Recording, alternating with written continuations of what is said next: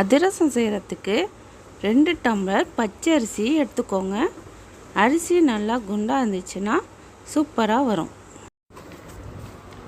அரிசியை 1 மணி நேரம் ஊற வச்சு இது மாதிரி ஃபேன் கடியில் போட்டு உதற வச்சுக்கோங்க. தொட்டு பார்த்தா கையில் ஒட்டி கீழே விழுணும். அதான் சரியான பக்குவம். இதை மிக்ஸி ஜாரில் போட்டு அரைச்சிக்கோங்க. நல்லா நைஸாக அரைச்சிக்கோங்க. இது மாதிரி நல்லா அமுக்கி வச்சுக்கோங்க, இல்லைன்னா காஞ்சி போயிடும்.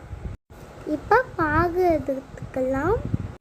2 டம்ளர் அரிசிக்கு 2 டம்ளர் வெல்லம் கரெக்டாக இருக்கும். இப்போ 1/2 கிளாஸ் தண்ணி ஊற்றிக்கோங்க. வெல்லம் கரைஞ்சோடனே ஒரு தடவை வடிகட்டிக்கோங்க. இப்போ வடிகட்டினதை மறுபடியும் கடாயில் ஊற்றிக்கலாம். இப்போ பாகுபழம் வர வரைக்கும் கொஞ்சம் வெயிட் பண்ணிக்கோங்க. கொஞ்சமாக ஏலக்காய் தூள் சேர்த்துக்கலாம்.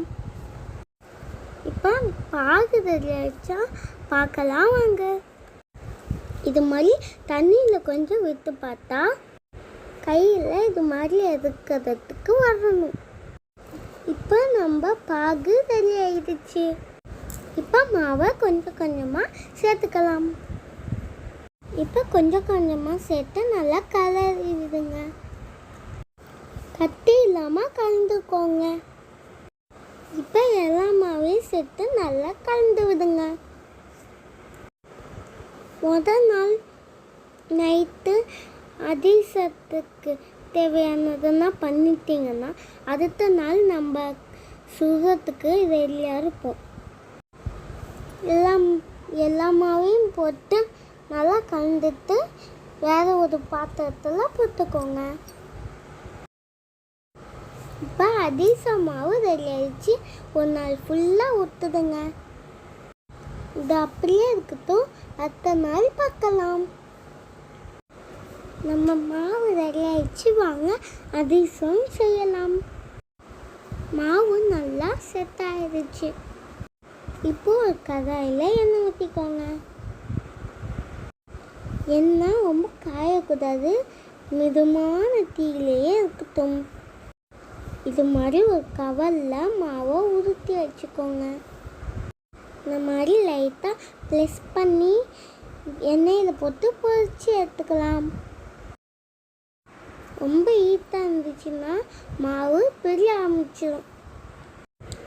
அதனால ஹீட்டை கம்மியாகவே வச்சுக்கோங்க. இப்போ நல்லா வேகுது, திருப்பி போட்டு வேக விடலாம். அதிரசம் சீக்கிரமாகவே ரெடி ஆயிடும். நல்லா பக்கத்துலேயே நின்று பொரிச்சிடுங்க. இந்த மாதிரி 2 கரண்டியை வச்சு ப்ளஸ் பண்ணியிருந்தோன்னா எக்ஸ்ட்ரா ஆயில்னா வதங்கிடும்.